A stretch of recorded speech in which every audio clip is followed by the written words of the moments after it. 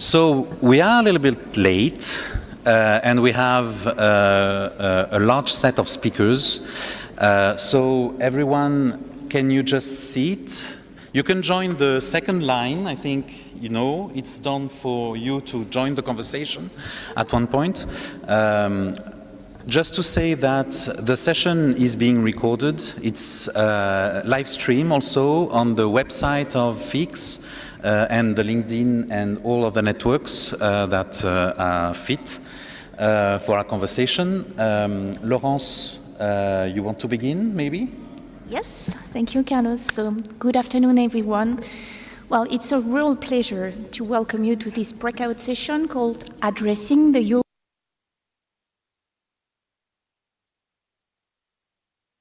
Okay, no, I was afraid like climate change created some sort of delete. So the session addressing the urban climate finance gap, partnering for change at the 2025 FIX Summit. So today we gather an impressive diversity of stakeholders from ministers, mayors, public development banks, networks and coalition, UN agency and private sector to discuss concrete solutions for scaling up urban climate finance.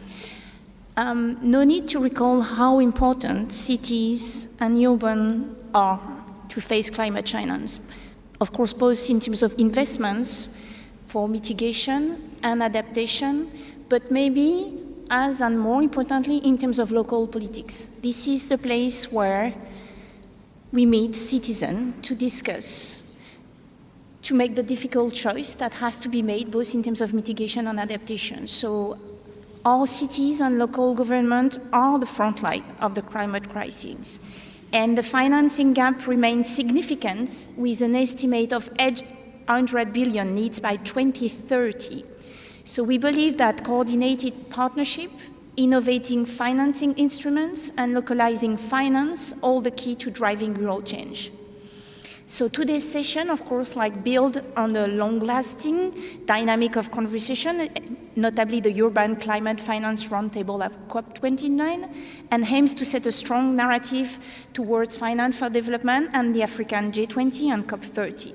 So we are not just here to discuss challenge, but to try to identify and push collectively actionable solutions that can be carried forward to the global stage.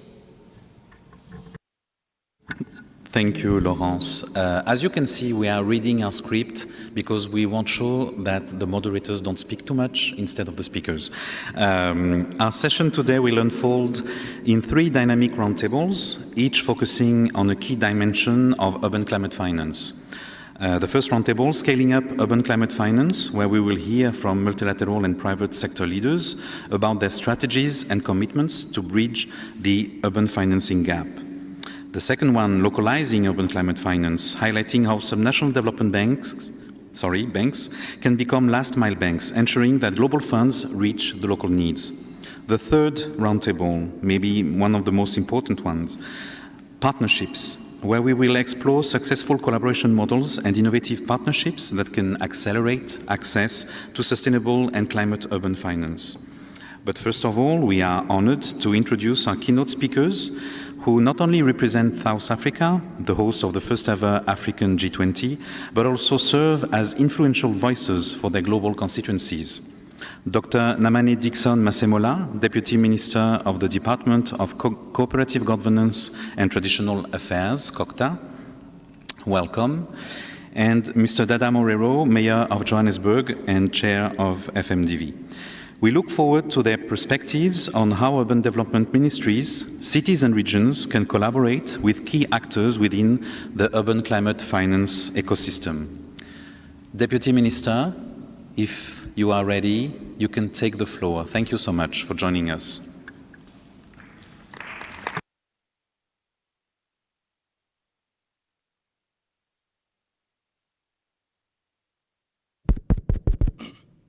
Thank you very much, Program Director, moderators present here this afternoon, all distinguished guests, and my colleague, the Executive Mayor of the City of Johannesburg, and all ladies and gentlemen in attendance, good day. I would like to begin by expressing my sincere appreciation for this invaluable opportunity to participate in this important summit representing Government of National Unity led by President Matamela Ramaphosa and our Department of COGTA in particular. This gathering is not only timely, but also highly relevant, as South Africa, like the rest of the world, continues to grapple with the far-reaching and often devastating impact of climate change.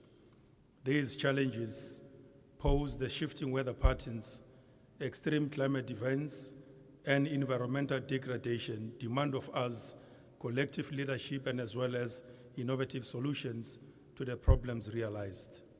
Platforms like this summit provides a critical space for meaningful dialogue, collaboration, and exchange of ideas that will help us to build resilience, drive sustainable development, and protect our communities and ecosystem of the future generations and the cities of tomorrow, given the phenomenon of global urbanization and the need to deal with matters of cities' developmental challenges.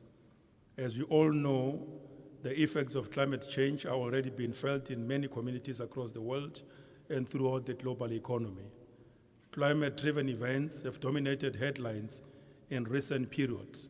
Increasingly and frequently, these extreme weather events affect millions of people worldwide with cataclysmic consequences. In South Africa, climate change has long been a measurable reality where we have felt its effect in adverse weather conditions experienced through droughts, flooding, blizzards, and as well as rising temperatures. Not only that, its devastating impact on the existing infrastructure with resultant effect on water, sanitation, housing, roads, and electricity infrastructure, and the damage to local environment. And as government, we are committed working together with various stakeholders, both in the country and globally, to find solutions.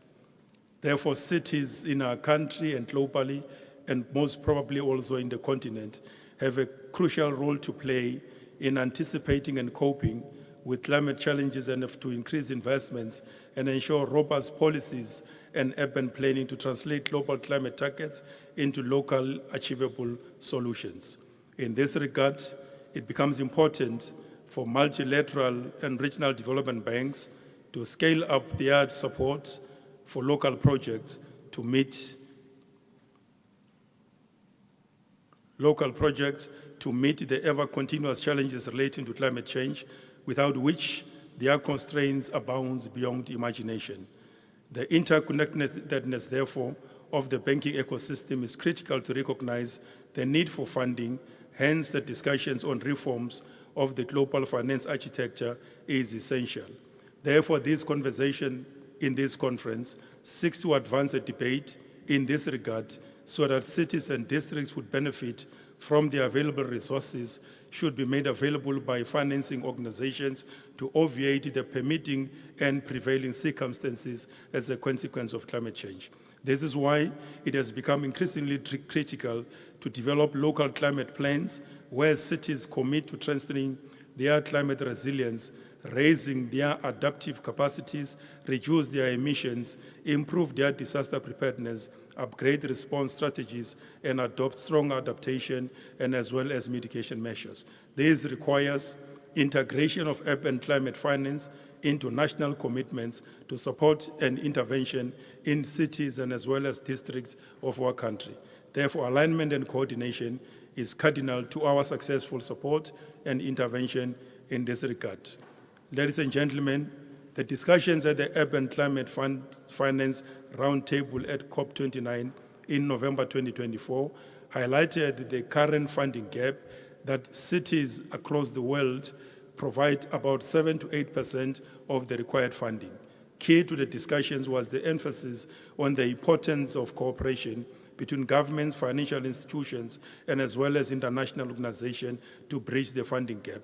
As we're meeting here today representing different institutions and government, possibly carrying perspectives from various countries, we should underscore the role of the subnational governments in building capacity and resilience to deal with matters of climate change. They should be supported in this regard, this subnational government, and enabled through financial support to perform their responsibilities in this regard, given the challenges confronted by their own localities. Indeed, they are well placed to execute the task and carry the mandate. They are at the cold phase of service delivery, and they are facing on a daily basis desperate community conditions that need urgent attention for conducive and habitable spaces. As such, access to loss and damage fund cannot be over-accentuated, given the need for local responses through empowered systems and as well as capabilities. In this regard, partnerships play a key role in sustainable urban development initiatives by allowing diverse resources, knowledge and skills to be combined, maximization of the positive impact on the environment for local economy and as well as the quality of the citizens' life. We therefore need to strengthen multilateral partnerships to maximize the opportunities that exist nationally, continentally, and globally to respond to the climate impacts affecting our cities and districts across the world. Ladies and gentlemen, this year, 2025, as the country, we will be hosting G20 Summit as the first ever without parallel and remarkable meeting of the heads of states globally.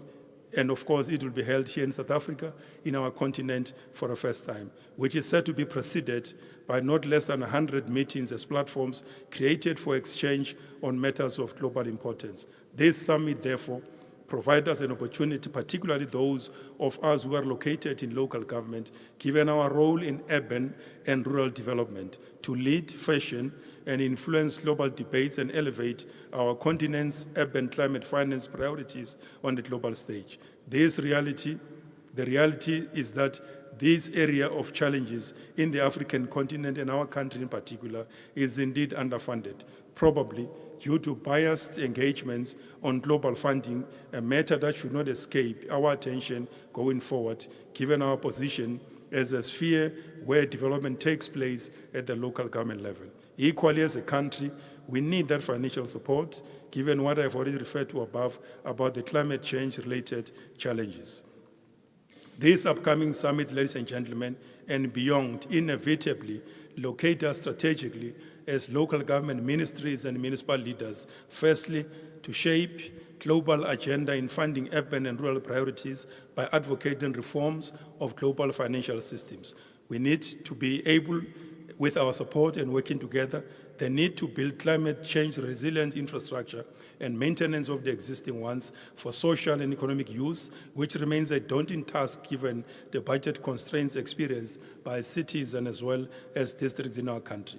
We need to work together very strongly to promote stronger integration and localization of global climate finance by influencing a shift in policy approach and as well as support. That we need to assert ourselves as crucial partners for successful local responses based on proper funding and capacity. In this regard, our collective negotiating skills and capacity should be demonstrated in the interest of our cities and districts. And of course, as leaders in this sector, in this ministry, both in the country and the continent, who are called upon to work together with the development finance institutions to deal with this matter. We've got to make sure to lead and appropriately locate policy to focus on local conditions for the benefits of the local communities who get severely affected by these ever-changing weather conditions. That we should work hard to secure resources to drive sustainable, just, and resilient urbanization as a global, unavoidable phenomenon and respond to the demands of regional developments, which of course characterizes many of our big cities, our metros in this country. And this reality cannot be over-accentuated, and therefore need for funding, collaboration, and collective management of related difficulties remains the challenges that we should be able to deal with at this point in time.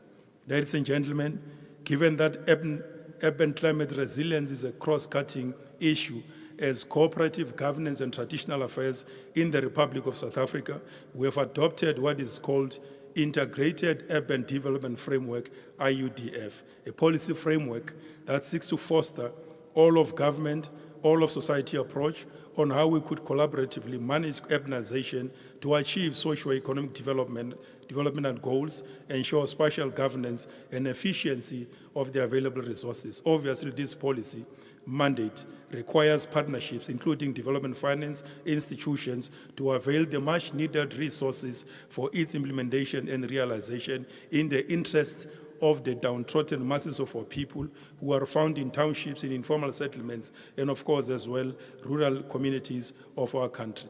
Within the context of the Constitution, as listed under Schedule 4 and 5B of our Constitution, metros and district municipalities are required to review, amend, and publish climate change needs and response assessment. And therefore, the National Disaster Management Center, NDMC, has the institutional and systems capacity to respond during moments of disaster, but it needs support as it gets overwhelmed. And many of our provinces, as we're seated here, are struggling to cope with the outcomes or the aftermath of various disasters of whatever kind. Hopefully, this session will help us to find solutions to some of these problems. In extending and strengthening provision of leadership and giving support to municipalities, the President of our country appointed an interministerial committee on municipal support to drive public service efforts and mobilize of budget resource investments for intervention assistance and as well as support. In conclusion, as South Africa, we believe that this discussion in this conference would shape and elevate the need for funding and open streams of financial assistance, given the momentous task confronting us emanating from climate change, of which it would be very difficult without proper and adequate funding. We're looking forward to financial assistance, collaboration in many ways than not, as we travel and as we grapple with this reality. Be rest assured of our political support and commitment as government led by President Ramaphosa of the Republic of South Africa in this daunting task of grappling with the results of climate change in our own cities and our own localities. Thank you very much and wish you a very good conference. Thank you so much, Deputy Minister, and we're happy to count on the support from South Africa. And I'll give now the floor to Mayor Dada Morero from Johannesburg. For the other speakers, you heard the Minister. We need solutions, and they are calling for inputs coming from you. So the conversation here should feed the conversation also in the G20, and we're counting on this session. Mayor Morero, the floor is yours. Thank you, Chair of the session, Carlos. Let me acknowledge the Deputy Minister, Minister Masemola. And let me acknowledge all of you, ladies and gentlemen. As we all know, a large share of cities and regions in the middle and low income countries remain constrained by national fiscal policies and budget allocations to local and regional governments. But the challenge goes beyond that, as cities and regions also face the absence of adequate policy framework and financial architecture at the global level that could ensure direct or facilitated access to climate and development funding and financing. Let me take a moment to acknowledge an important and recent development in response to the letter from the C40 mayors to multilateral development banks, and the multilateral development banks have committed to enhancing subnational access to climate financing. This is a significant step, and we must commend this progress. Yet much remains, of course, there's still much that needs to be done. This is why, to build on the Deputy Minister's inputs, I think we must all together focus on three pillars of action. One, I would propose, first we need to push for systemic finance architecture that reaches the last mile, that the global financial architecture must be redesigned to support subnational level of action where sustainable, just, and resilient urbanization happens. The reform initiated under the leadership of the Prime Minister of Barbados is a bold and ambitious step, yet it still fails to fully integrate the needs and the opportunities of cities and regions as key drivers of climate transition and adaptation. It does not yet recognize our role as first partners of national governments in implementing global agendas through local planning, investments, and actions. To address this, we need urbanization finance country platforms to be recognized as a priority. These programs must strengthen subnational funding and financing capabilities, especially considering that the SDGs and global agreements depend on local planning and investments for decades to come. So for us to be effective, these programs must, one, coordinate and aggregate development partners' efforts while coaching national needs. Two, be led by domestic champions, national associations of mayors and governors, line ministries, and national and subnational development banks. Program Director, I'm actually pleased to announce that the FMDV, which I have the opportunity to chair, will be testing these countries' platforms in Cameroon and in Madagascar in 2025 and 2026, in addition to several initiatives that are being developed by the development partners and certain national governments. Second, we need professionalized and institutionalized financial intermediation. We must support national systems that localize financing and make the multi-level and multi-stakeholder country platforms a reality.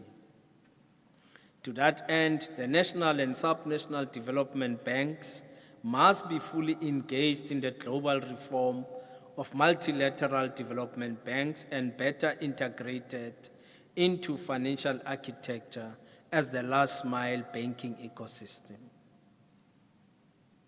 The national development banks and sub-national development banks are well-integrated institutions with deep local knowledge of their clients. They are uniquely positioned to design and implement financial products that are fit for purpose and delivered in local currency.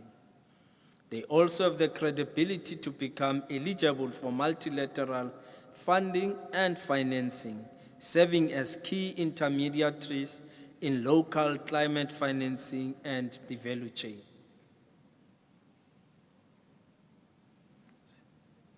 We have already made progress on the Global Forum for SDGs and has also been established with 2 regional chapters, one in Latin America and the Caribbean, and one in Africa, both coordinated by FMDV and reporting to the Finance in Common movement. Of course, the role of the SDGs is now being increasingly recognized, including the last year's G20 final declaration. This is a major step forward, but we must continue to push for their full inclusion in financial reforms. They are part of the solution. Finally, we must develop our urban finance engineering. We must develop our finance engineering capacities, and this means supporting the next generation of human capital for the urban transition and setting new elites for change. To do this, we must establish FinHubs, or hubs of financial expertise for urbanization and financing at regional and national levels. These FinHubs will provide technical assistance and financial engineering to support the preparation and restructuring of urban development projects. facilitate better access to funding and financing sources through matchmaking mechanisms, bridge the gap between cities and regions and public and private financiers by fostering a common language and framework for partnerships and deal-making. Moreover, FinHubs will serve as accelerators, helping to design new agile public entities that are investable by both public and private actors. As I conclude, the time for action is now. If we are serious about addressing the failures of the global urban climate finance market, we must embrace these 3 pillars of action: a systematic financial architecture that prioritizes urban finances, strong financial intermediation, bringing national and sub-national development banks to the table, urban finance engineering capacities that empower cities and regions and drive investment. But of course, we cannot do this alone. To the CEOs of public development banks here today, we need your leadership, we need your expertise, and your cooperation. Your mandates are complementary. Your institution each holds a critical piece of the puzzle. It is time to break the silos, coordinate efforts, and ensure that our financing ecosystems, from global MDBs to local SDBs, are working in sync to meet the scale of the challenge. These actions will help us build an inclusive, deal-based financial ecosystem for sub-national investments. They will also assert our role as market makers, not just clients. We are the solution. Let's make sure everyone knows it. Thank you.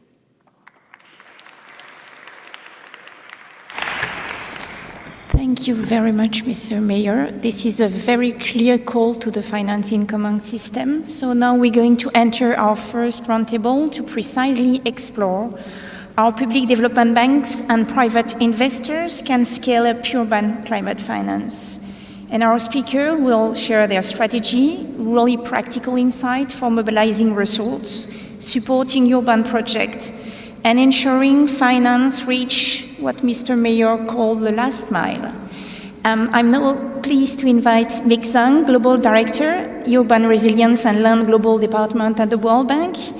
As referred in the keynote speech, last week the MDB collectively issued a letter to the C40 mayors with a commitment to scale up urban finance. Given that, what can you share with us what the World Bank intends to put in place to ensure these commitments? Thank you, Mr. Zhang. Thanks a lot. From the World Bank, we are very happy to share some thoughts on this critical challenge. We believe cities are the key to both job creation and climate action. This is particularly true in low and middle income countries, which already house 70% of the global urban population. Many of these cities are still growing rapidly, and most of their infrastructure and housing is yet to be built. These cities, therefore, have the opportunity to develop in more resilient, low carbon, and livable ways than their high-income counterparts. But achieving this will require a level of investment and financial capacity that is currently lacking. We have a study which is ongoing and the report that will be forthcoming called Banking on Cities.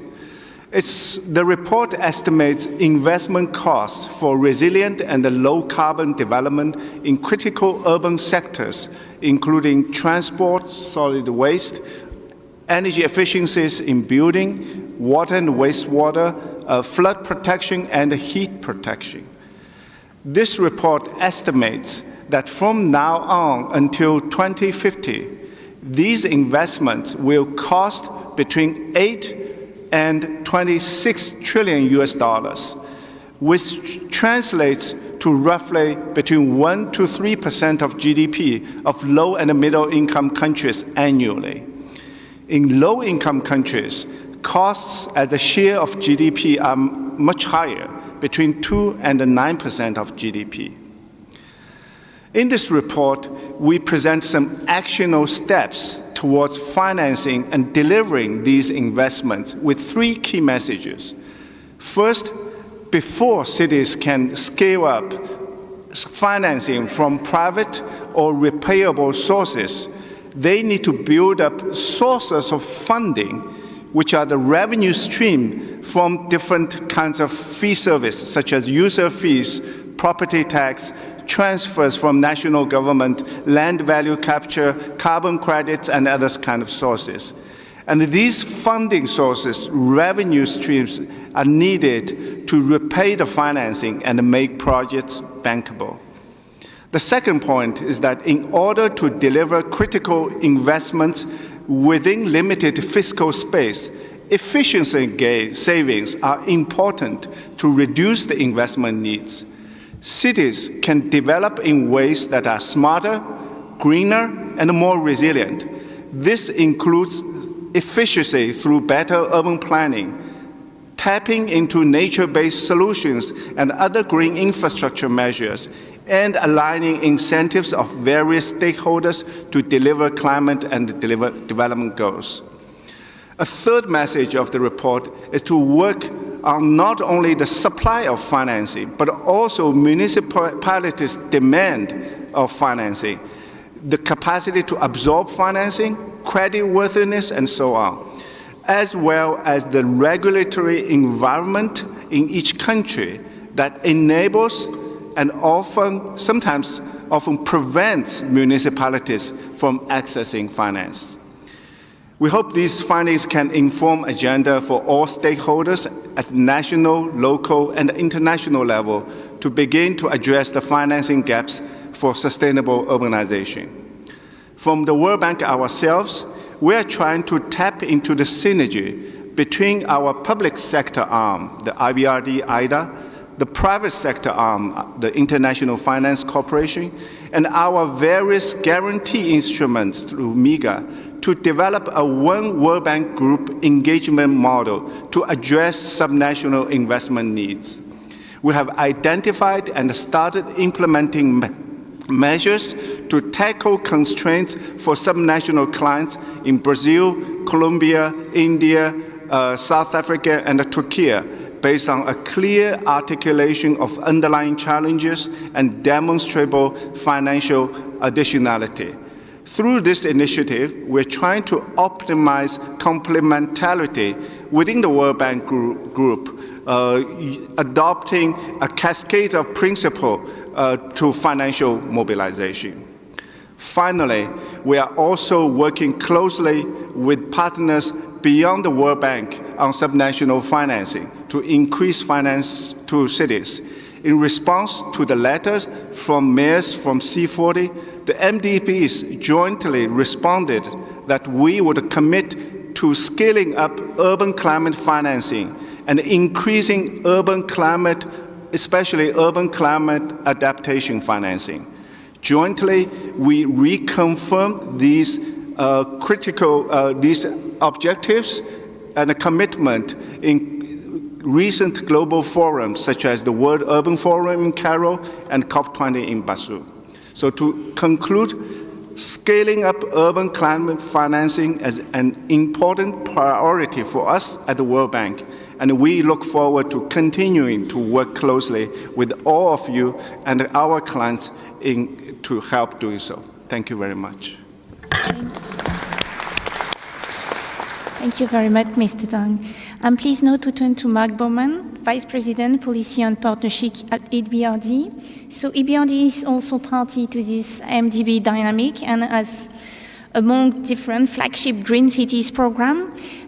Mark, can you share more EBRD intention, initiative, and maybe with a slight focus on the new mandate on Sub-Saharan Africa? Thank you, Mark. Well, thank you. Thank you very much, Laurence and Carlos, and it's a real pleasure to be here and be talking to you today.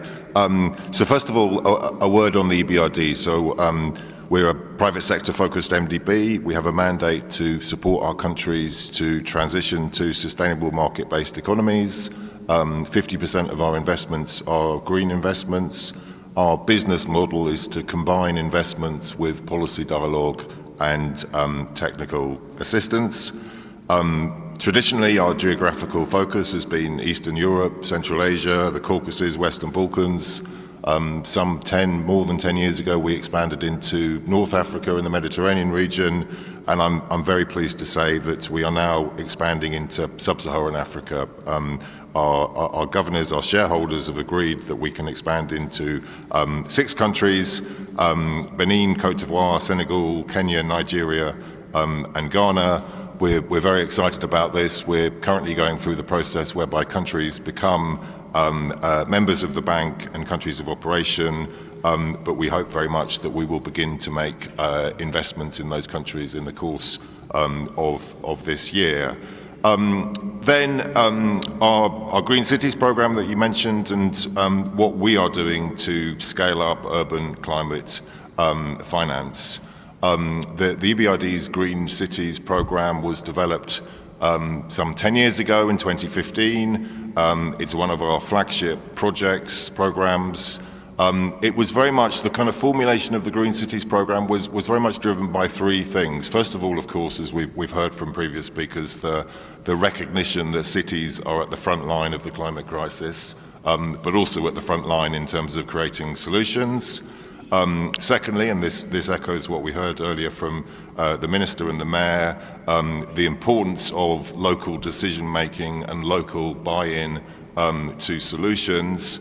And third, a recognition of the importance of combining investments with policy dialogue and a more programmatic approach. So the Green Cities program does take a very programmatic approach.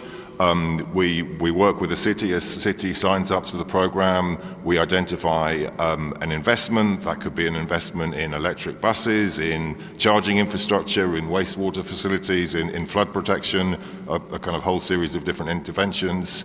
And once that investment is identified, we then work with the authorities on what we call a Green Cities Action Plan, which is a comprehensive approach to managing a city on a sustainable basis.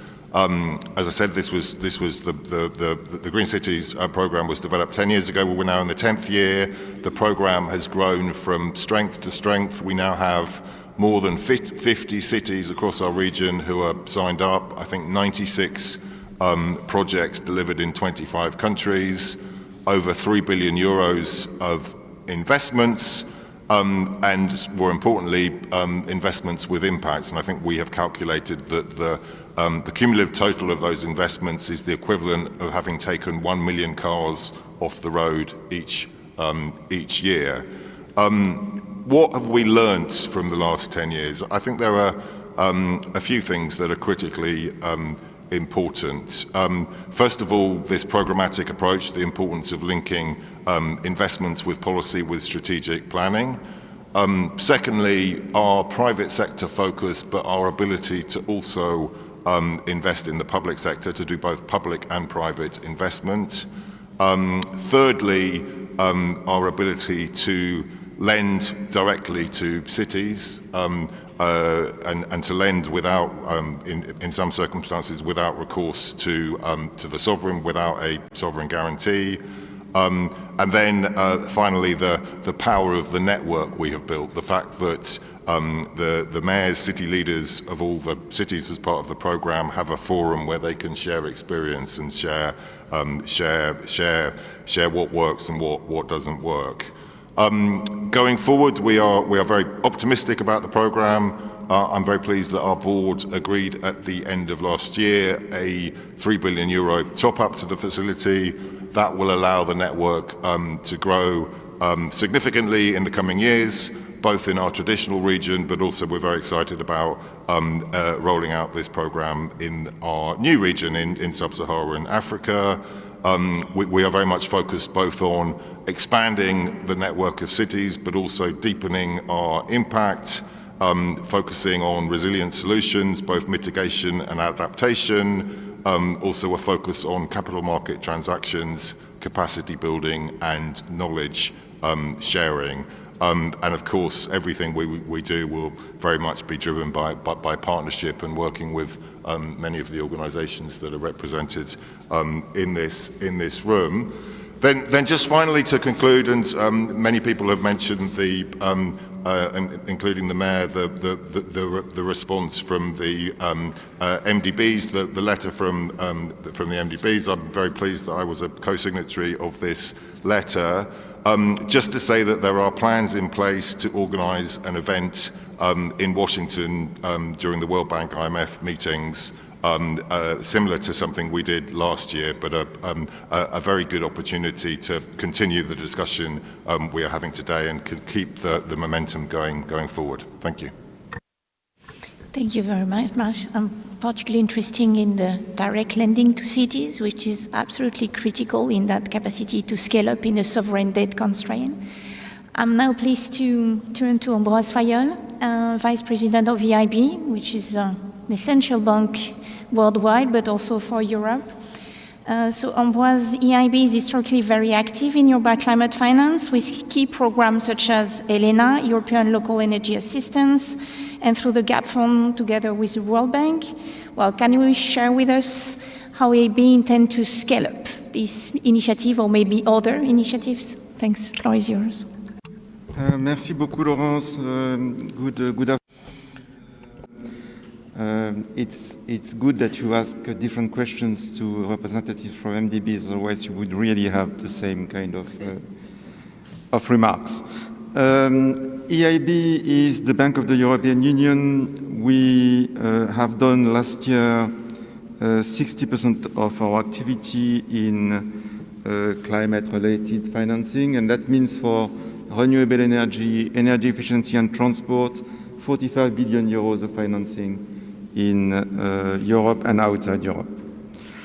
And interestingly, your question targets something that seems ancillary actually to this big financing, which is the small amounts that we target for two initiatives, ELENA, which is an initiative inside the European Union for energy efficiency, and the GAP Fund, that is an initiative for cities that is mostly outside Europe, that are initiatives that target project preparation and technical assistance capacity building. And actually it is rightly so, because if you want to have big investment, and there are big investment needed, you need actually really to work on project preparation, project development, and capacity building. And if I can just take a few lessons from what we have developed over the last years in ELENA, that is a project that is supported by the European Commission, or with the GAP Fund, that is a program that is supported, that we do with the World Bank, supported by the German cooperation, GIZ, but also with the Global Covenant of Mayors, for example, or the C40. I mean, it's really a project that interests a lot of people. What I think is important is that you get with this kind of programs a view, if you start early on, a view that is comprehensive, because when you deal with urban policies, you deal with, at the same time, transport, energy, water, wastewater. And you need to deal with that at the same time. And if you want to be as effective as possible, then you need to support the development of city climate strategies, prioritization of investments, and capacity building for urban development. That's what, for example, the GAP Fund is actually working well in Kisumu in Kenya and a few other cities in Kenya. ELENA, I would just say that it helps also in another element, which is it gives a lot of leverage. With €1 of investment of ELENA, which is helping in developing, for example, technical assistance, putting people that are experts in a few municipalities for some time, that with €1 you have at the end 34 euros of investments. And that, I think, is really something that is part of the success of a strategy. And actually what we have seen in France, for example, in some part of France, is that Elena was able to correct a few investments that were done too early and that were done wrongly in few municipalities. And finally, what I would say is what all this reflects is the need for partnerships.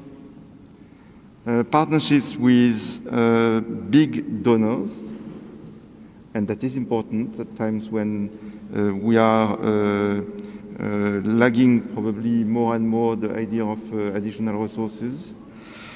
Partnership with other institutions, partnership with our fellow partners in countries like municipalities. All this is key if you want to have investment that are actually answering the needs of the population. And as we know, especially in Africa, developing strategies in cities has become really a key objective for many countries. So we are very pleased to try to help in dealing with this challenge. Thank you. Thank you very much. And now I'm pleased to turn to Thierry Déault, so the CEO and founding member of Meridiam. So of course, like we've heard, MDB can do a lot, but not all. Meridiam has already a pioneer in terms of private sector urban finance in the developing world and emerging market, which is actually key to meeting urban finance need on that last mile.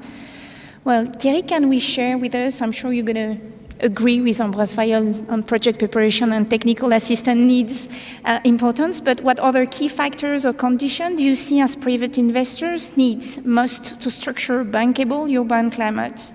And maybe in that regard, how partnership with public development bank can help? Thanks. Thank you.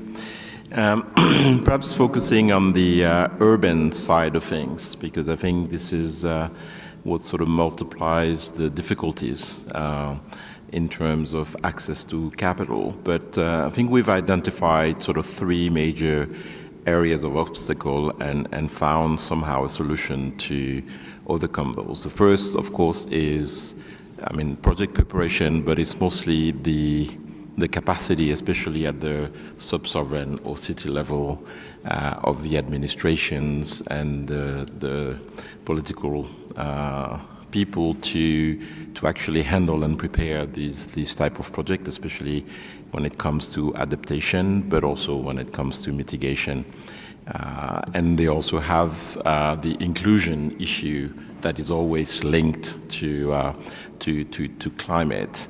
The second area is the difficulty in establishing macroeconomic return for these projects and environmental return that are very clear and compelling, but even harder to define financial sustainability for this project. And the third being the fact that inclusion is at the top of everything, is really handling a very large number of stakeholders within a governance within city, which is very variable depending on the country where you are, and not always, it's very complicated already in OECD countries because cities are a lot of areas, various areas, and how do you engage with communities within city to actually sell projects and make them happen. So these sort of are the three areas. So what we've done concretely on the ground was to partner with a number of institutions and starting with the Rockefeller Foundation and UNCDF, because the whole concept is partnering and blending everything we have together between resources and finance to be able to overcome these challenges and to create this urban resilience fund, also called the International Municipal Investment Fund, and really bringing around a number of DFIs. I mean, the EIB is one, but also some other ones, DFC, for example, putting together two investment vehicle, one to support project preparation in a different way, bringing resources together with financing, and that is funded by a number of partners, Rockefeller for sure, but also DFC and PIDGE. And then having an investment vehicle that actually offers private investors protection for downside, when Rockefeller and EIB are actually providing a first loss piece, but also enhancement through a DSC facility, and then crowding in a number of investors between those two layers. So that allows us to do two things. One, to really accelerate the project preparation. I mean, one of the great examples that we have in terms of adaptation is the coastal protection project and development in Nouakchott that is ongoing right now. And so that acceleration has really enabled cities and national government to really get behind these type of projects. Providing these layers of security and financing have allowed private investors to come and accept the long-term risk-adjusted returns that are reasonable and adapted to adaptation projects in particular, but also to mitigation projects. And that's the way, and clearly the next step is scaling, because obviously with all that we've been able to mobilize around 500 million euros plus the facility for project preparation, but obviously given the needs we probably need a few zeros to that number. So challenge when you create things to address very difficult issues on the municipal level is scaling up, and I think that still remains to be tackled. Thank you. Thank you so much. Your mic is still on, Thierry. Thank you. This is a good reality check on what can come from private sector, private investors, and complementation to MDB's activities and actions. Second roundtable, localizing this urban climate finance. The goal here is to identify specific needs and mechanisms to ensure SDBs and national development banks and DBs become true SDG enablers. We will also explore how recent institutional advancements, ND, could serve as game changers, elevating urban climate finance to a higher priority on the global agenda. Philippe Akoa, you are the General Director of FECOM, the SDB from Cameroon. You will speak in French, right? Yes? Oui, je vous remercie. I thank you. I am the Director General of the Special Fund of Equipment and Intercommunity Equipment with the National Bank in Cameroon, which exists. It's been 50 years. We worked with the World Fund to help the development of cities here for the campaign of Habitat 3, which recognized those institutions like actors in the area of development. We have been the author of the creation of the African Network of African Funding Institution for collectivities, and we have also participated in the campaign for the alliance that we have today. But what I would like to say more here, in relation to the discussion, I would like to appreciate the opinion which was first of all developed by the keynote speaker, who acknowledged, who committed himself here for the preparation of the G20 that will take place here in South Africa to raise the issues of our institutions. Equally, what the mayor of Johannesburg said concerning all those aspects. I think that several speakers spoke of the interest here of strengthening the capacity of institutions. The fundamental point I wanted to raise here, which makes our institutions to be intermediary institutions with cities, with government, and also with development partners at the regional and international level. And what I would like to say here, the positioning of our institutions is doubtful for the fact that we have a knowledge of our client base in our cities and the regions. A summit like this one here, in which we speak about finance in common, so it's a very good platform of engagement and gathering government, different stakeholders, to say that our role at the national level is truly important, because they associate themselves with SDGs, so that nobody can be left aside or sidelined for funding or finance. No finance organization or funding organizations at the local level, no SDGs should be set aside. That's why I wanted to say here that we are not positioning ourselves in our countries like those who are competing with governments, considering the fact that big funding organizations like World Fund, for example, they deal with states. I wanted to say that in Cameroon today, we are a little different in a way that the government has acknowledged our importance, because I should say that the summit of the UN Secretary General in 2019 was launched in New York with the FMDV, the Cameroonian government. We came with that initiative. So we want to say here that we are not coming here as a competitor next to states or governments, but we are here to bring an important to make contribution here in the to help with the research that can help accompany or support fundings in the region. In Cameroon, I should say that something that was well understood, because we are working with the European Union, we work with the IFDB, we work with CAFW. So the level is well known, because all the stakeholders or players know their roles in these institutions. And today, the technical support that those institutions should have will be truly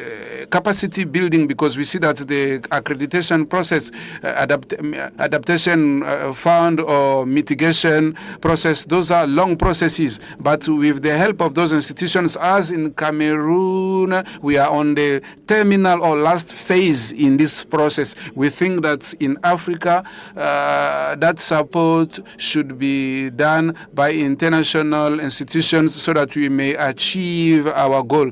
That's what I wanted to say in a few words. I thank you. Irlando Antonio Gonçalves Gomes, you are the managing director of the Bank of Amazonia in Brazil. The Bank of Amazonia has been actively addressing urban climate finance challenges in the Amazon region through initiatives such as Baza Digital and the Amabio program. Brazil stands out for its strong track record in localizing finance and its uniquely rich ecosystem of subnational development banks, SDBs, a model that is arguably unparalleled globally. In your view, how can SDBs further expand their role in developing tailored financial solutions for local governments and serve as key intermediaries, bridging international and federal financing sources to drive sustainable urban climate action? The floor is yours. Good afternoon. It's a great pleasure to be here today.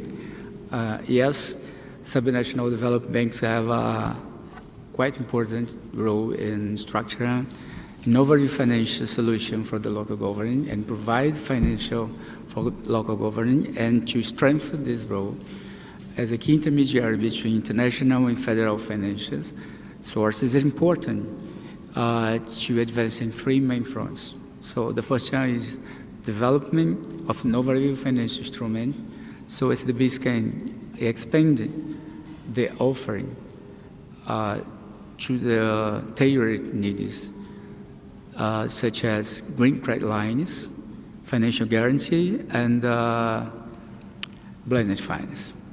And at Banco da Amazonia, this initiative has already demonstrated the potential of the programs that combines public and private resources to finance climate mitigation. The second point is strengthen technical institutional capacity.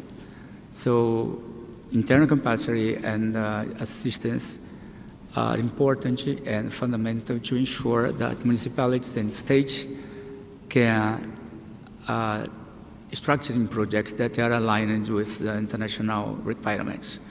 So SDBs can be a catalyst in this process. And the third is expand international cooperation and access to the climate funds. So this partnership of SDBs and multinational cooperation like IDBs or World Bank, it is so important to develop each one lock source of finance that will generate more accessible credit lines to the government. So Brazil has a unique development bank system and a huge country.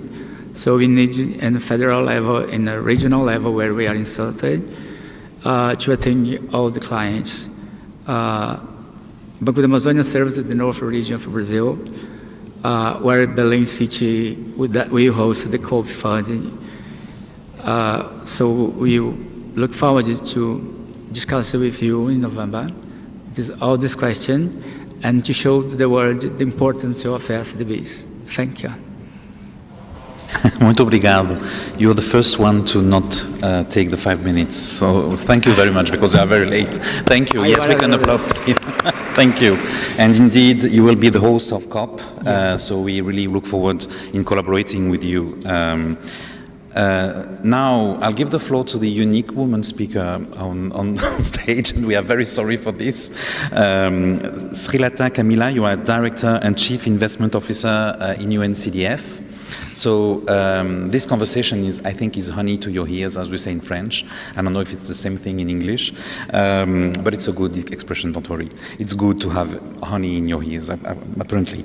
UNCDF has become the first UN agency to access the European Union EFSD Plus guarantee program, securing 154 million euros for the Guarantee Facility for Sustainable Cities. The facility aims to support innovative infrastructure financing solutions in secondary cities and river basins across sub-Saharan Africa and Southeast Asia. In light of this development, how do you envision instruments like the FSD Plus Guarantee Program transforming urban climate finance in the coming years, particularly for cities and in low-income countries? And what role will UNCDF play in assisting these cities in accessing and effectively utilizing such financing mechanisms to advance sustainable urban development? This is why you only have 5 minutes. Thank you. Thank you very much. Just to say, as a fresh entrant to FIX, UNCDF is very delighted, especially as a non-credit rated hybrid organization that looks at both development and finance. We're able to be an off-balance sheet risk taker that might be able to come in and plug into a lot of the issues that are being discussed here. As has been said by many speakers, and in fact my prior role before joining CDF about a month ago as a head of adaptation for UNDP, definitely seeing a lot of the challenges around climate resilient infrastructure. Some of these have been mentioned today, but I also wanted to point out that there's also a lot of issues around information asymmetries from perceived to real risk, especially in low income countries where data gaps mean that you can't really forecast and plan really well unless you really get into climate risk vulnerability assessments and ensuring what has been spoken of before, which is an alignment between policy, planning, and investment. Now, besides that, one of the reasons that the EFSD guarantee program and UNCDF being able to lead a unique initiative with the EU support on the Sustainable Cities Guarantee is that there is a real constraint, even though we are talking about, creditworthiness and absorption capacity, as was mentioned. It's also an issue that even if there are bankable projects, often it means that cities can't bring them forward because it would mean that a debt on their balance sheet would be, or even an on-balance sheet SPV would count towards the public sector debt. And that obviously creates a lot of issues around soaring credit rating and the implications to the borrowing limits. So while these kinds of guarantee programs don't solve the issue by itself, I think it's really critical that it helps move these initiatives forward by helping guarantee cities to finance infrastructure projects, but also guaranteeing local businesses that can actually advance local economic development. So in that sense, you mentioned the 154 million guarantee. While we are still negotiating, concluding the term sheet, the aim is to provide this kind of coverage, as you said, 70% sub-Saharan Africa with remaining in Southeast Asia, and look at ticket sizes anywhere between 5 and 50 million in terms of the worth of the value of the guaranteed loans. And the focus really is climate resilient infrastructure and going into cities that are deemed as high risk to unlock this kind of capital, and being able to focus to really unlock both public and private capital besides the 154 million public capital that's being mobilized. And I think it's, again, goes back to some of the high impact sectors that were mentioned, using this to scale up and replicate innovative financing models, whether it's green bonds or PPPs in secondary cities, or financing some of the sectors the World Bank mentioned around low carbon, circular waste management, or energy efficiency, or renewable energy. So we do think it's a very unique opportunity for UN to unlock the EU guarantees to focus on LDCs and last mile markets. And towards your second question, the primary focus is going to be what much of other speakers have talked about, and to provide about 70% coverage to national and subnational banks and development banks for them to provide loans to city or city-led projects. And this would also be accompanied, like the guarantees could be deployed alongside CDF instruments, loans and guarantees, but also instruments of those of a partner lending bank. Technical assistance was mentioned, so working with municipal governments on strengthening local financial systems, structuring bankable projects, enhancing revenue streams. I think it's going to be critical. And we are working with project preparation facilities and financial institutions, including ICLEI TAP and C40, to look at bankable projects. And once these are sourced, to really look at local financial products that are suited to the markets and investments. And it's really important to embed the climate resilience as a criteria as part of these projects. So just to conclude, to say that I think that kind of de-risking is a critical part of the piece of puzzle, and the facility is intended to be one part of that puzzle, and to really work with partners, and especially the Malaga Coalition that many of the agencies, EU, UN Habitat, ECLG, in partnership with FMDB, etc., to really be part of this partnership to see how we can unlock financing and funding for sustainable infrastructure. Thank you. Thank you. That was perfect. Andy, it's your turn. You are Andy Deacon. You are co-managing director at the Global Covenant of Mayors for Climate and Energy. The GCOM has been a significant force in uniting cities to tackle climate change. And we know you worked behind the scenes to ensure the MDB commitment of scaling up, which we have already talked about. So now, what are some of the strategies GCOM has employed to support cities in scaling up their climate action plans and securing necessary funding? Thank you, Carlos, and good afternoon, colleagues. Also a fixed newcomer, but delighted to be around the table and to be engaging with an important audience for our many thousands of mayors. So when it comes to what have we been doing and how are we providing support, just want to touch on 3 or 4 things very briefly. Firstly, we played an important role in highlighting the need on behalf of those cities. So just last week at Urban Shift, we launched a new global urban climate finance snapshot, compiling information on projects for which cities are seeking investment. It uses data disclosed through 2024 through the CDP Track reporting platform, one of the reporting systems to the Global Covenant of Mayors, and just over 2,500 climate-related projects were reported from over 600 cities in 75 different countries. And the total reported investment need for projects surged by nearly a quarter in 2024, reaching $86 billion. But nearly half of those projects remain in the early stages of development, requiring technical assistance and further support to develop towards bankability. And the top global sectors of projects seeking financing are buildings and energy efficiency, transport and nature-based solutions, biodiversity and urban greening, highlighting demand in particular for greater adaptation and resilience finance work in cities. And on that note, secondly, we played a role in advocating for change. You've heard a lot about this convening of mayors and multilateral development banks in Washington last April. 3 clear asks from a group of mayors, including the GCOM's Global Governing Board of Mayors, many of whom were signatories to the letter, seeking requests to include urban climate finance in corporate and climate strategies of the development banks, a call to integrate cities and urban climate action in country and sector assistance strategies, and thirdly and finally, a call to develop specific urban climate action programs that combine technical assistance, scaled up concessional finance, and enhanced support for private finance mobilization as well as public.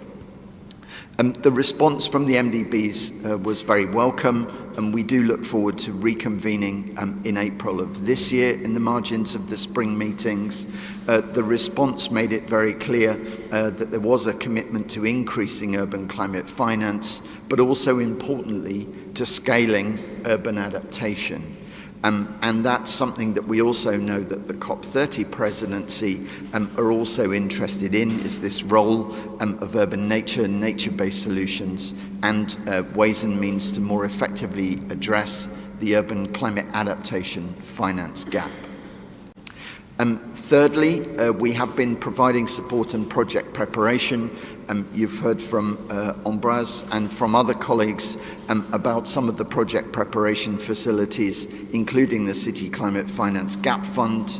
The Global Covenant of Mayors has been working through a partnership with the World Bank as part of awareness raising and outreach in relation to Gap Fund. We've engaged more than 3,000 city participants from 91 countries, sharing information about the Gap Fund, its application process, and eligibility criteria, and project ideas. Just over 225 of them came forward from over 300 cities between the middle of 2023 and the end of 2024. And almost 70% of those ideas come from fast-growing intermediary cities. And the Global Covenant is kicking off some research to look in more detail, not only at the financing side of things, but in more detail about some of the enabling frameworks, in particular in fast-growing intermediary cities. Finally, we've been leading some work together with a number of the global networks and other partners on linking the local and national levels.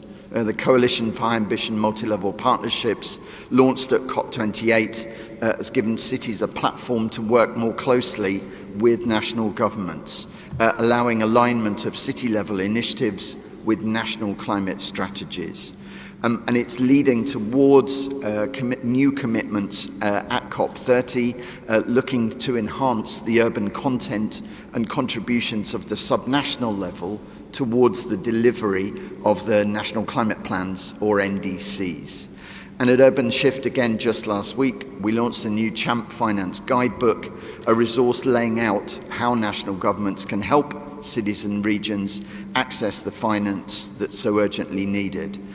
It provides practical solutions on removing barriers and unlocking investment, and hopes to ensure that finance flows more effectively to the local level. You've heard from others, notably from the Mayor Marrero, who spoke very eloquently about a joint letter on behalf of African mayors calling on national governments to make a number of changes, including strengthening municipal finance frameworks, equipping intermediaries more effectively, and again embedding green investment needs into national climate plans. And we look forward to continuing to support those efforts through our alliance of partners around the world. Thank you.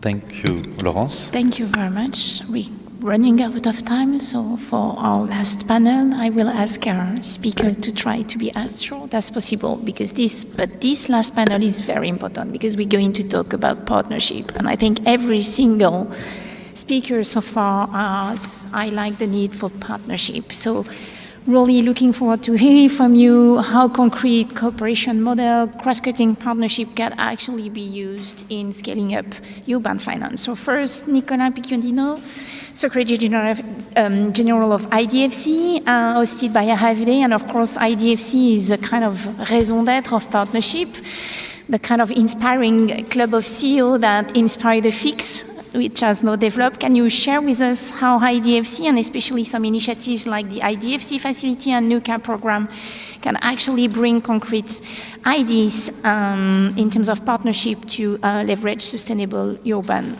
investments? Nicolas, the floor is yours. Yes, thank you. Thank you very much. And as you said, partnerships are at the heart of the IDFC, the International Development Finance Club. Actually, we are a club of 27 public development banks, regional and national development banks. And if I come back to the question, and maybe more the question of the summit being a summit of solutions, I have solutions to really increase the number of projects, of urban project financing, is to better use the public development banks. And we are here as a system, so to better use them as partners, to invest alongside them and to delegate more funds to the public development banks, and maybe more to the national and the subnational development banks. Why? Because they are on the ground. They know the specificities of the projects, they know the specificities of the countries they are working in, and they also have the trust of the local authorities they are working with. But trying to be concrete and short, coming back to the NUCA program. The NUCA program is the first program we created to tackle urban climate financing. And the beauty of this program is that it combines both technical assistance for the members, but also for the cities. So it's a program that is financing 5 countries and 5 national development banks in 5 countries. So we provide them technical assistance. It's consultants directly placed in the national development banks, trying to train the teams and trying to enhance the procedures to be sure that our members will be better armed to finance the local authorities.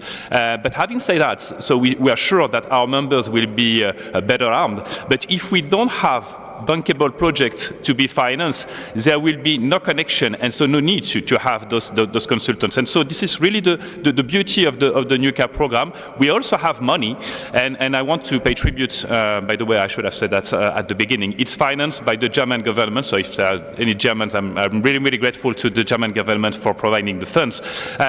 We have the possibility to finance also the cities to be sure that they will come with more more bankable projects that are easier financed by our members. So this is really the essence of the NUCA program. And if I take also my other hat as the head of the Public Development Bank at AFD, and the previous one, and I see Thierry here, I was the regional director in Martinique for the local office, and we created a program for the cities and especially to finance the schools. And I don't know if you know, but in France, the schools, they are owned by the cities. And Martinique is in a zone where there are a lot of earthquakes. And when I arrived, I was really super shocked by the fact that 90% of the school were not protected to face earthquakes. So we decided, and the problem was there was a lot of money that waited to be invested to finance those schools. So what we did, and this is also the beauty of the public development banks and how they can aggregate, and so aggregate funds, and how they can better partners with a lot of institutions. We aggregated funds from the European Union and funds from the French states to help the cities to first have feasibility studies, then to have a lot of subventions, and at the end, with this program, the remaining amount that is being paid by the cities is only 5%. And like this, they can finance and restructure their school to be sure that the students are well protected against earthquake. Thank you. Well, thank you. Thank you very much, Nicolas, also for that insightful example. I may turn now to Professor Edgar Pieterse, board member of DBSA. There are many dialogue around the needs for scaling climate adaptation and finance that will require unprecedented collaboration. And as we gather here today with you as one of the hosts of the summit, and considering your new Pan-African mandate, could you share the strategy and tools the Development Bank on Southern Africa used to address these needs in the region, and maybe some of the lessons that has been taken from South African experience? Thank you, Professor. The floor is yours. Thank you so much. So I'm a board member of DBSA, but my day job is a professor at the University of Cape Town in urban studies. And as part of that work, I also lead a program called the African Mayoral Leadership Initiative, which is an amazing opportunity to really understand on the ground some of the really tough challenges that we've got to contend with. So firstly, a little bit about the bank. We're owned by the South African government. Our mandate has, as you've just indicated, recently been expanded to the whole of sub-Saharan Africa. We're somewhat daunted by this challenge and trying to make sense of what it means exactly. So it's a good moment to be in this context. Our primary function is long-term risk capital, so that's where we come in, but obviously with a strong developmental focus. And as we ponder what this expansion into sub-Saharan Africa means, we are incredibly alert to the fact that we've got to understand this mandate in the context of a profound demographic transition, both urbanization but also doubling of the population within an environmental polycrisis. And the polycrisis is not just climate, it's obviously biodiversity depletion and soil health erosion as well. So within this context and the demographic transition and the lack of formal jobs for most young people in Africa's cities, our agenda is to understand how do we connect the urbanization transition with the infrastructure ask, but within an understanding that we've got to drive green industrialization. Our cities have got to become economic industrial hubs. So in South Africa, we of course have a deep portfolio. We've worked with municipalities for a long time, and in the last few years, we've really branched out into climate-related projects related from IPPs to water reuse programs, mass transit programs, and so forth.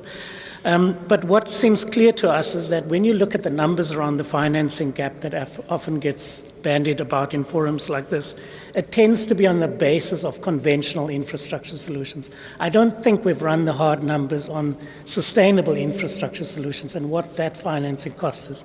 And the reality is a lot of our institutions, the professionals, are geared towards business of the past and not business of the future. And so there's an important capacity question we believe is important to confront. Talking about constraints, the big elephant in the room is that most national governments on the continent are still reluctant to empower their cities and subnational governments to be able to borrow, to have the legal authority to act in the interests of their citizens. And as a result of that and other systemic factors, risk remains mispriced. And this is a huge, huge driver of the cost of capital, of course. So what we see to be part of the solutions portfolio in the, sort of why partnerships are needed is we have to use the muscle of the public development banks to really drive the enabling environment agenda forward. That's a precondition. We've got to strengthen project management and preparation capacity at the city scale, and what we've heard from other colleagues are really important. Thirdly, the public-private partnership frame has got to include communities. There is no way you can do partnerships without the communities themselves, given the nature of the social fabric within African cities. And that's maybe not so clear at the moment. And finally, the knowledge institutions of the continent has got to be in the conversation.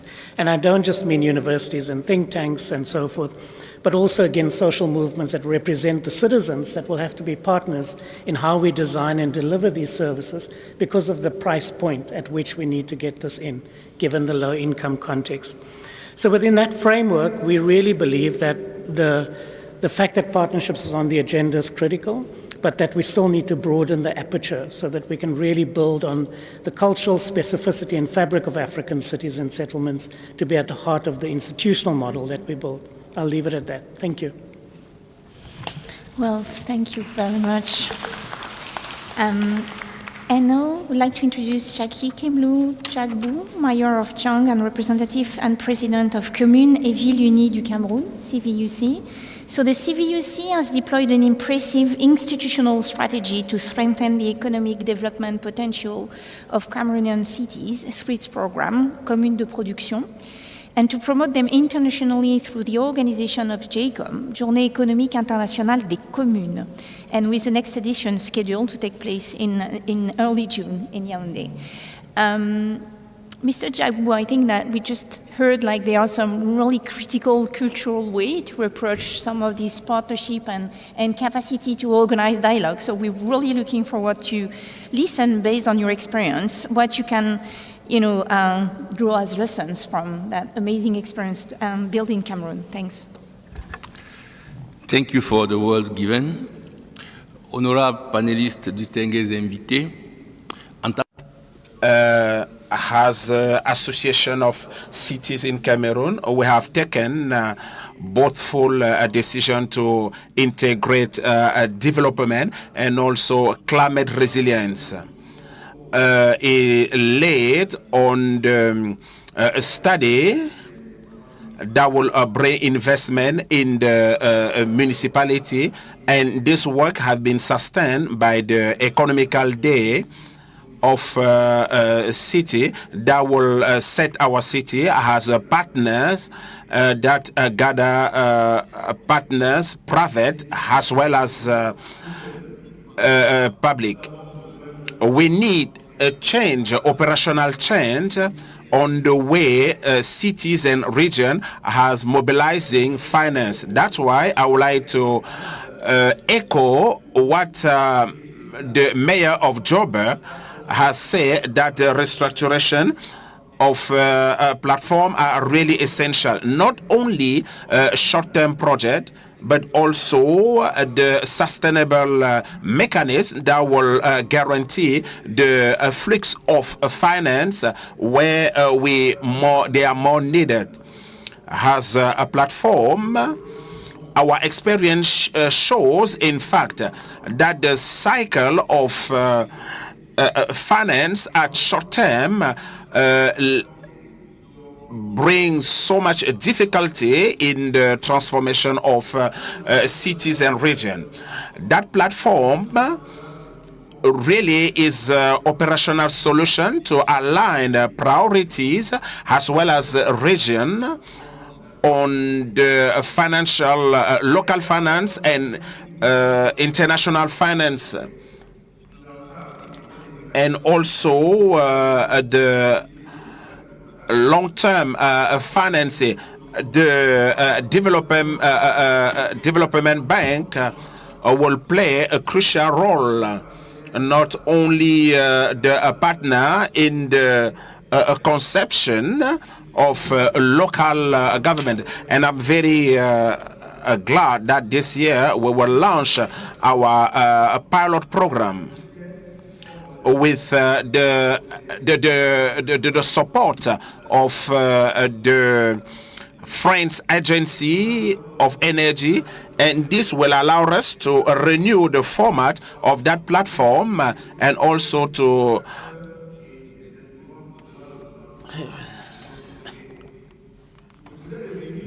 I'd like to come back on the role of public banks of development, which are structured in order to amplify fundings. We have programs like in different kinds of productions. So we propose the basic, and that should be accompanied by a financial ecosystem which guarantees its success. That's why we invite banks to go beyond what we're talking about, so that we may establish financial mechanisms that will serve cities and regions in a systemic manner. That involves the development of financial tools adapted to the investment of cities and regions. And here we should strengthen capacity in financial engineering locally in order to structure at the local level, because we have best opportunities in our territories. We should strengthen mayors and governments, their institutions. So we should also guarantee the feeding of pipelines so that our territories can be transformed. In conclusion, we need a commitment, a sustainable commitment. As I said, services should not only plead for funding, but we should have initiatives for investment, for municipal planning, but with a financial architecture which helps long-term investment. For the Public Development Bank today, we invite you to collaborate with us so we may establish permanent financial structures today, so we may not be beneficiaries of funding, but we should have something in for a long term. Let's build together financial ecosystems that will resist in time, and I thank you for your kind attention. Merci beaucoup des écosystèmes. Thank you very much for the financial ecosystem that will resist with time. Sharing the experience of multi-stakeholder alliance, including civil society organization, and I'm very pleased to introduce Jacob Duer, CEO Alliance to End Plastic Waste. So of course, based on your extensive experience, working with numerous organizations to address the pressing urban issues to ban plastic waste. How would you summarize the main challenge that you have been facing in trying to build this partnership? Thank you very much, and as the last speaker, I will try to remain short. Just very briefly first on the Alliance. The Alliance to End Plastic Waste is a global non-profit organization that's fully funded by the private sector, companies across the value chain, with the objective of putting an end to plastic waste in the environment and creating a circular economy for plastics. Relatively young as organization, only existed for 5 years, but we've managed to raise more than $600 million from our member companies from the private sector, as well as established a private equity fund on plastic circularity, where we are looking at a close later this year, and we're expecting to attract around $300 million into the fund. Our business model is to develop solutions, deploy them in the countries where they are needed, mainly in developing countries where we are working, and de-risk them so that they can become, in reality, bankable and investable projects for either private equity funds, for private companies, or for development finance institutions of different nature.